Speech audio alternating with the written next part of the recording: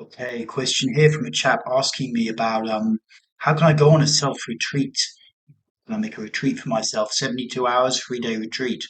And I like this kind of question, or it particularly attracts me because I think coming from a kind of group room, workshop leader background, actually, many people, particularly younger people, are living on their own. They don't have high amounts of money and they want to be able to work on themselves. And so this idea of being able to do like a self retreat, I think it's a really cool idea.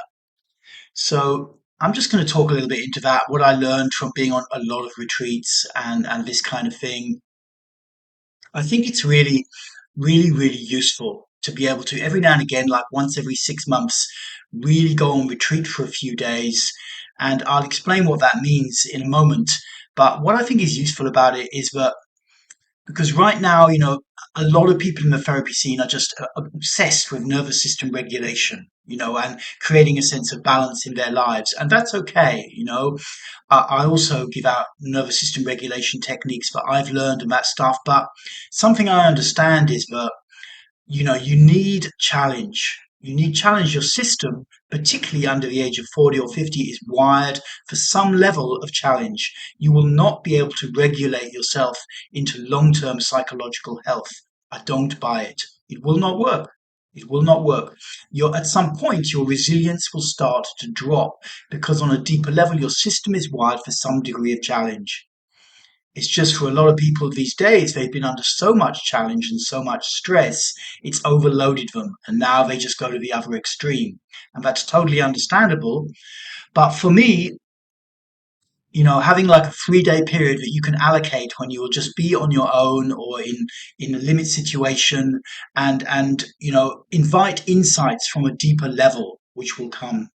So how do you go about a 3-day retreat? Because I did a lot of 3-day retreats and I also I was around the shamanic scene for a long time, and one of the things they would do is like, take you out and put you in a piece of land. I did not do this, but a lot of my friends did this particular thing, which would be marked off, like, 10 meters, 10 yards square, mark off this land, and you have to stay in it for 72 hours without any food or any drink.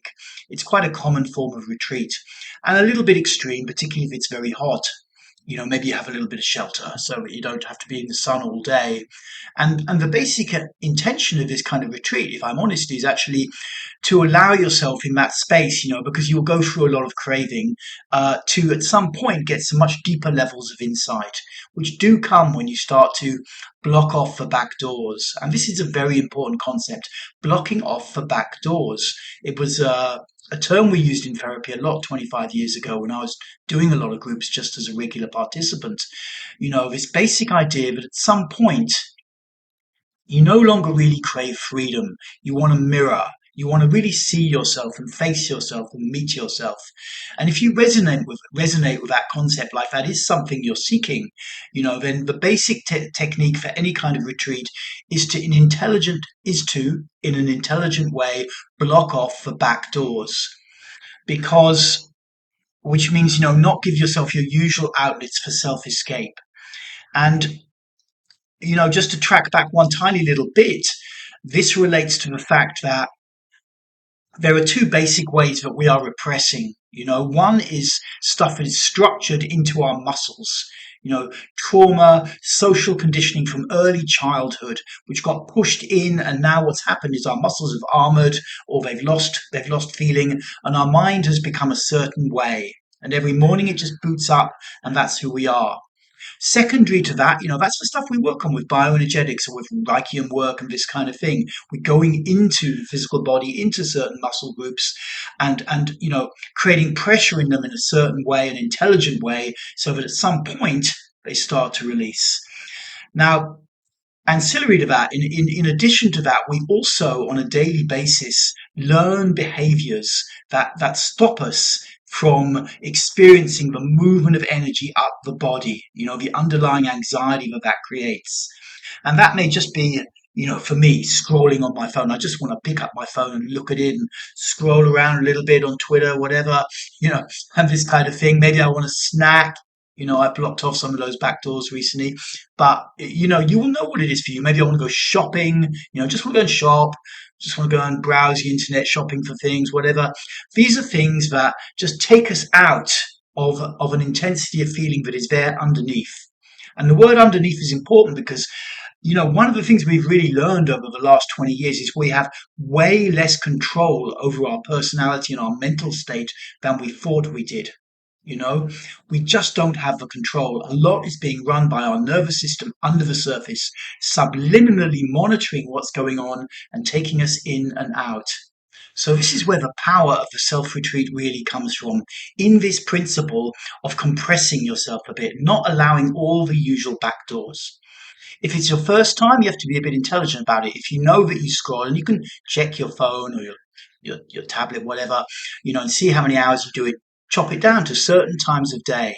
If you know you snack, chop it down to certain times of day. Create this 3-day retreat for yourself when you're really going to have a chance to go inside and challenge yourself and block off some back doors. But do it in an intelligent way, generally trying to go from 8 hours of scrolling and 3 hours of snacking a day to zero.